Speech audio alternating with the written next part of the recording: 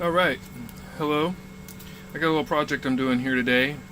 I'm going to basically take my 12 volt water pump and put a switch on it. So, what I have is a switch right here.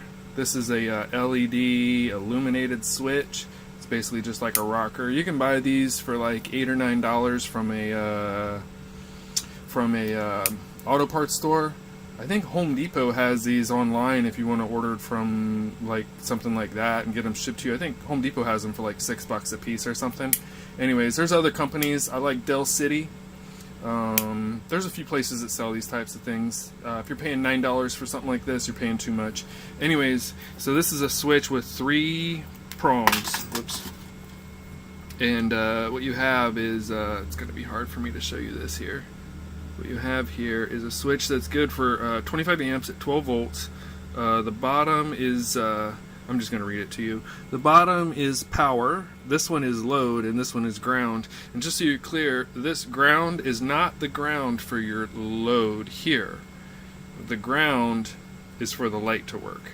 Okay, now what I'm going to do to wire this pump is I'm going to basically install my switch, and I'm going to have the 3 prongs here, and then I got a switch with a light that works up top, right? So that's how I'm going to have it, kind of like so. Anyways, so I'm going to set this aside. So how am I going to wire it? I'm going to basically do it this way. Might be right way, might be wrong way. I'm going to take some wire from my battery, power my fuse box. So my fuse box has a positive and a negative. I have a pump, 12 volt water pump. It's got leads for positive and negative, alright? Now, the way I'm going to get power to the pump is I'm going to take my wire from my fuse box and I'm going to run it to the power here. Let me do this again. So it goes, up top is ground, the middle is load, and the bottom is power. So I'm going to take my power from my fuse box with a terminal on my wire and plug that in, alright?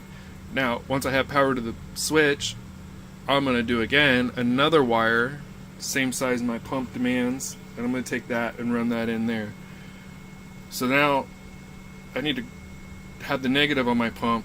I'm actually going to run this way. Nobody's ever told me to do this, but I've done it this way and it works for me. So I'm not telling anybody what to do, but I'm just saying how I'm going to do it right now. I'm going to take this power and I'm going to run it straight over there. Actually, this negative. So the system's going to work like this.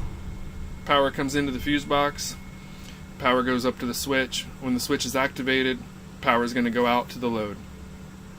The negative is going to be connected to the fuse box is going to be connected to the batteries. Then there you go. Now, if I want the switch to be illuminated, I need to ground the switch. Now, that doesn't have to do with this, it has to do with this light. So all I'm going to do is take just any wire I have laying around. I don't really care about the gauge of wire that the pump demands based on the distance and all of that. You can figure out what you need as far as how much wire you need, whatever. I've figured out how much wire I need, and I've figured out what gauge my wire needs to be. I have the proper terminals to connect everything and all of that, but I'm just making a drawing of what my connections are going to be, so when I go to connect it, I know what I'm supposed to do. So I'm just going to take a small little wire and come over here, plug that in right there. So this ground is going to ground my pump, but it's also going to ground the switch that powers the pump. So that's it. That's what I'm going to do. Hopefully it works. Now I know I drew this wrong. You're not supposed to draw the lines going straight across because I'm not an electrician and I don't know what the hell I'm doing, but I've learned a little bit and that's what I'm going to do. So here's my drawing. I'm about to do it. But since I'm going to do a video now and then, here's my next video. I got a 30 amp breaker.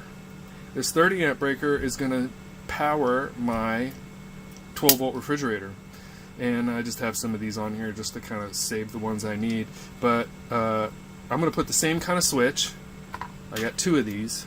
Put the same kind of switch so I can power the refrigerator when I run it on DC power versus run it on propane. So I'm going to try to save some power when the sun's up and I use my solar panels. I got a relay, and I got a breaker, and I got a switch. So the next video is going to be a little bit more complicated. And hope you guys enjoy.